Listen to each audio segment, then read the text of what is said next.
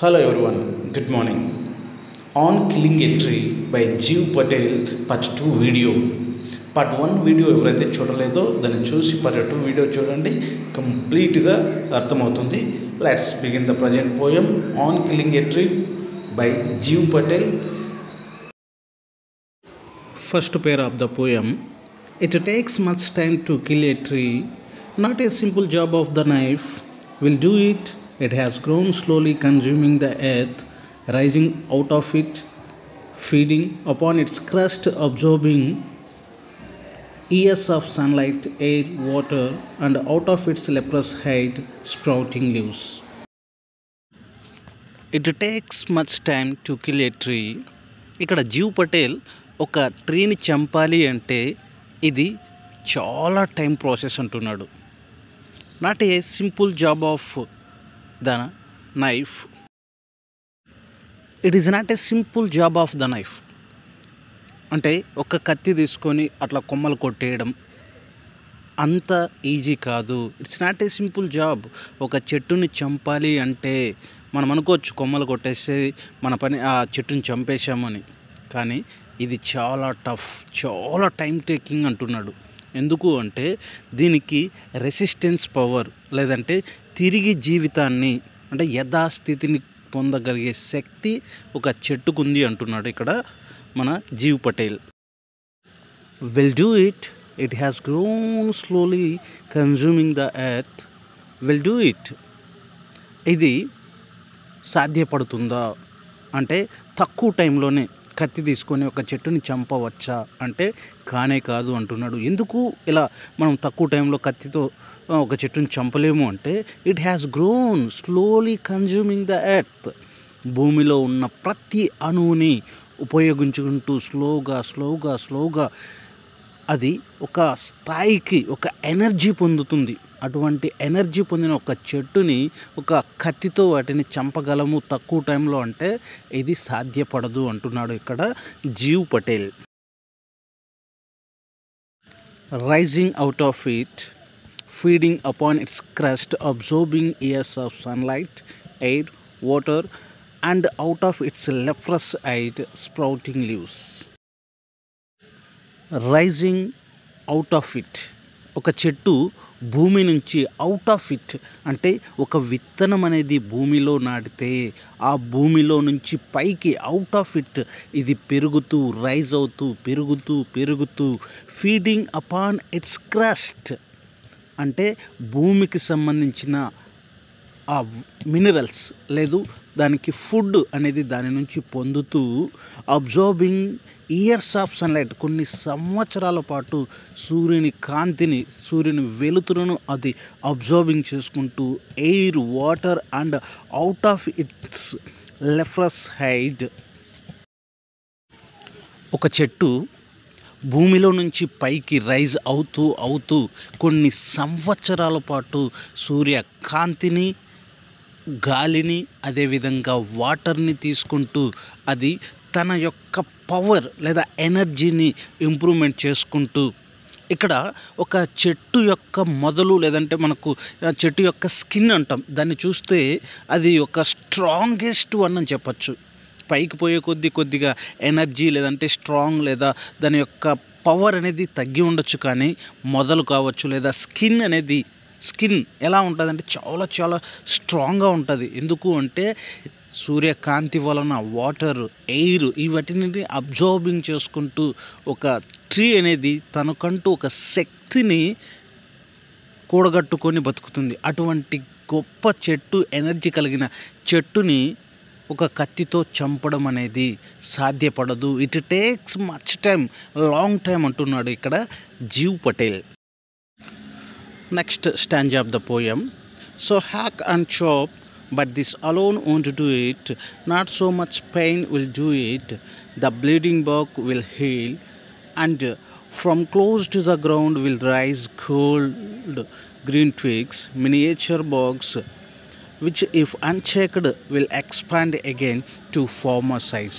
ఈ స్టాంజాలో పొయెట్ ఒక చెట్టుని కత్తి తీసుకొని అలా నరికినంత మాత్రాన అది చావదు. ఎందుకు అంటే ఆ నరికిన చోట అంటే మనకు స్కిన్ బార్క్ ఆఫ్ హీల్ అంటాం కదా, ఆ బార్క్ ఆఫ్ హీల్ అన్న చోట మళ్ళీ చిగురించి ఆకులుగా ఏర్పడి ఆకులు కాస్త కొమ్మ కాస్త తిరిగి చెట్టుగా ఫార్మర్ సైజ్ అంటే ముందు చెట్టు ఏ విధంగా ఉందో నరికిన తర్వాత కూడా ముందు స్థాయిలోకి కూడా రాగలదు. అంతే ఒక కత్తితో ఒక చెట్టుని చంపడం అనేది ఈజీ టాస్క్ కాదు. It is not possible to kill a tree with a knife within A short time అంటున్నాడు. ఇక్కడ ఒక చెట్టుని చంపడం కత్తితో కాదు అంటున్నాడు. ఎలా చంపచ్చు అన్న విధానాన్ని కూడా మనం గమనించాలి కదా. ఆ విషయాన్ని మనము తెలుసుకోబోతున్నాము. చూద్దాం నెక్స్ట్ విషయాలు ఏం మాట్లాడతాడు ఇక్కడ మనము ఒకటే అబ్జర్వ్ చేయొచ్చు. So hack and chop but this alone won't do it.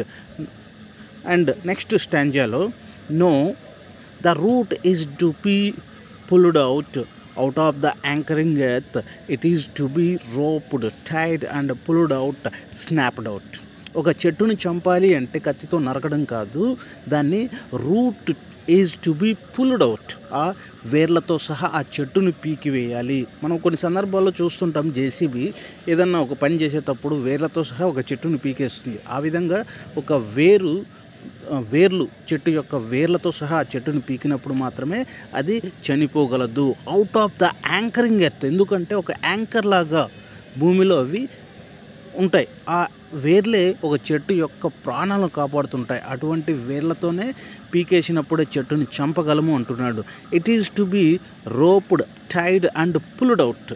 ఈ విధంగా దాన్ని ఒక తాడుతో కట్టేసి దాన్ని లాగేసి బయట పడేసి ఎండబెడితే తప్ప ఆ చెట్టుని చంపడము అంత ఈజీ కాదు. ఏదో కత్తి తెచ్చేసి నరికేస్తే అది సాధ్యపడదు అంటున్నాడు.